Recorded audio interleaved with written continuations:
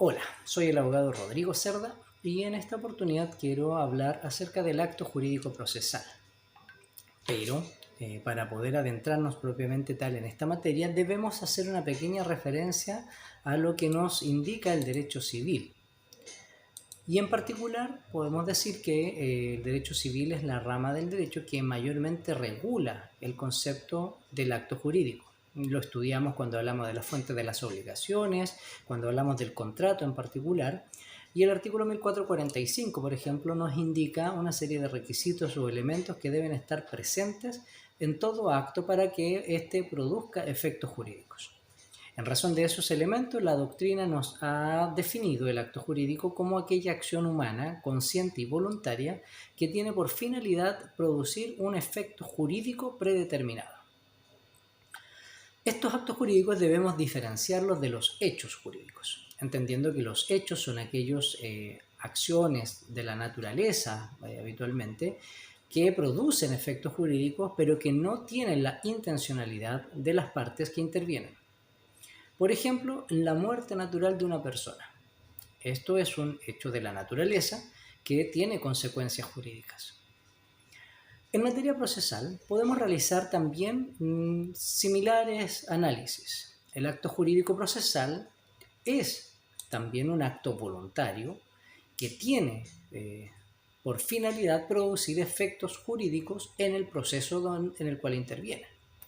Y también existen los hechos jurídicos procesales, que son situaciones que no tienen la intervención o la intención de alguna de las partes, pero que igualmente provocan efectos jurídicos en el proceso. Como por ejemplo, volvemos al análisis o a la similitud con el derecho civil al hablar de la muerte natural del litigante. En este caso, cuando una de las partes de un juicio fallece, también se provocan efectos jurídicos procesales, pero no son provocados por la voluntad de las partes, sino que por un hecho de la naturaleza. Otro ejemplo es el transcurso del tiempo.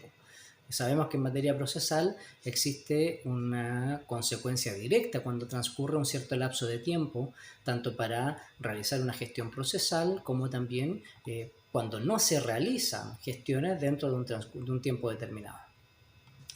Entonces, entendiendo estas dos diferencias entre hechos y actos jurídicos, podemos hablar de algunas características y elementos de los actos jurídicos procesales.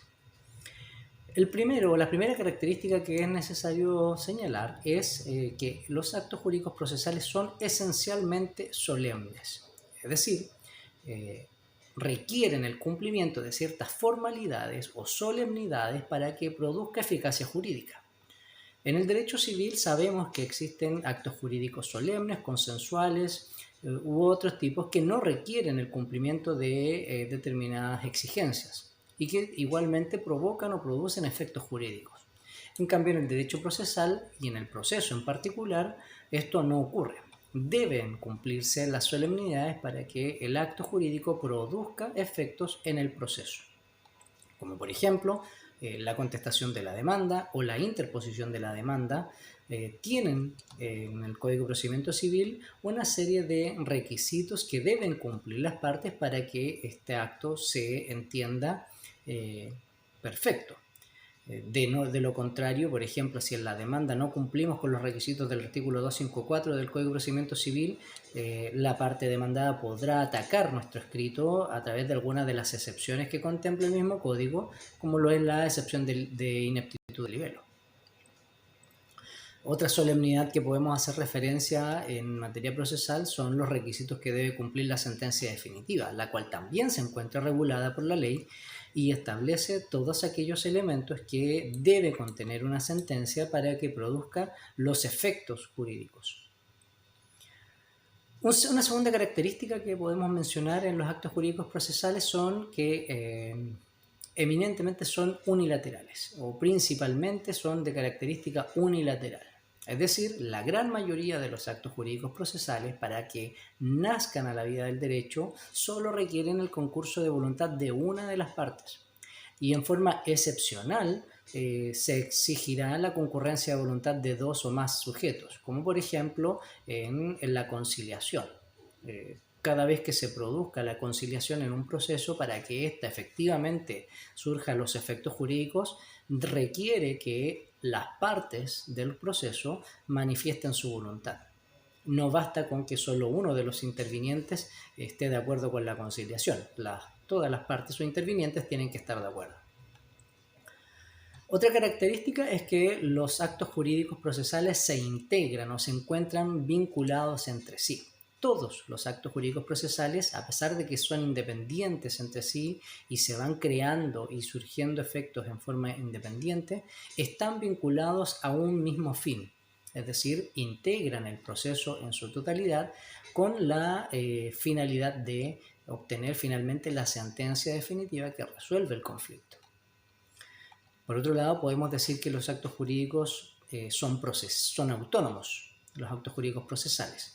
Es decir, se bastan a sí mismos para existir, no requieren de otro elemento o de otro acto para que existan.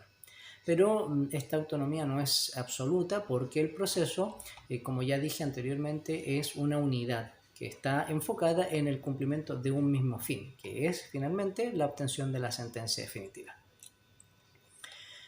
Otra característica del acto jurídico procesal es que el principio de la autonomía de la voluntad se encuentra restringida.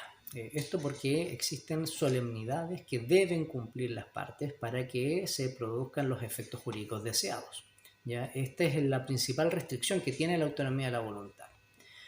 Sin perjuicio de que manifestaciones de la voluntad puedan realizarse y efectivamente las partes tengan algún grado de autonomía de la voluntad, esta siempre va a estar restringida por el cumplimiento de las formalidades o solemnidades. Habiendo estudiado o habiendo mencionado bien superficialmente las características del acto jurídico, podemos también mencionar los elementos. Y entre estos elementos podemos distinguir los siguientes. Primero, es que existe una o más voluntades y que tienen como finalidad producir efectos en el proceso. Estos efectos, remitiéndome también a lo que ya he señalado anteriormente, pueden ser de tres tipos. Pueden nacer efectos jurídicos, modificar efectos jurídicos o extinguir determinadas acciones jurídicas. ¿Ya? Por lo tanto, la existencia de una o más voluntad van a estar destinadas a producir a cualquiera de estos efectos. Y por regla general en el proceso, la manifestación de voluntad es, como ya dije anteriormente, unilateral. Otro elemento es que la voluntad debe manifestarse, no se presume, no existe una presunción en este caso, y que por lo tanto todo acto jurídico procesal, para que produzca sus efectos, debe ser expresado o exteriorizado de forma tal que la voluntad del interviniente quede claramente establecida. Y como dije antes, es una manifestación que debe cumplir con las solemnidades que establece la ley. Por otro lado, y en la misma relación al análisis que realizamos de los actos jurídicos en materia civil y en materia procesal, debe existir necesariamente la intención de producir efectos jurídicos en el proceso, porque precisamente esa es la característica que diferencia los actos de los hechos.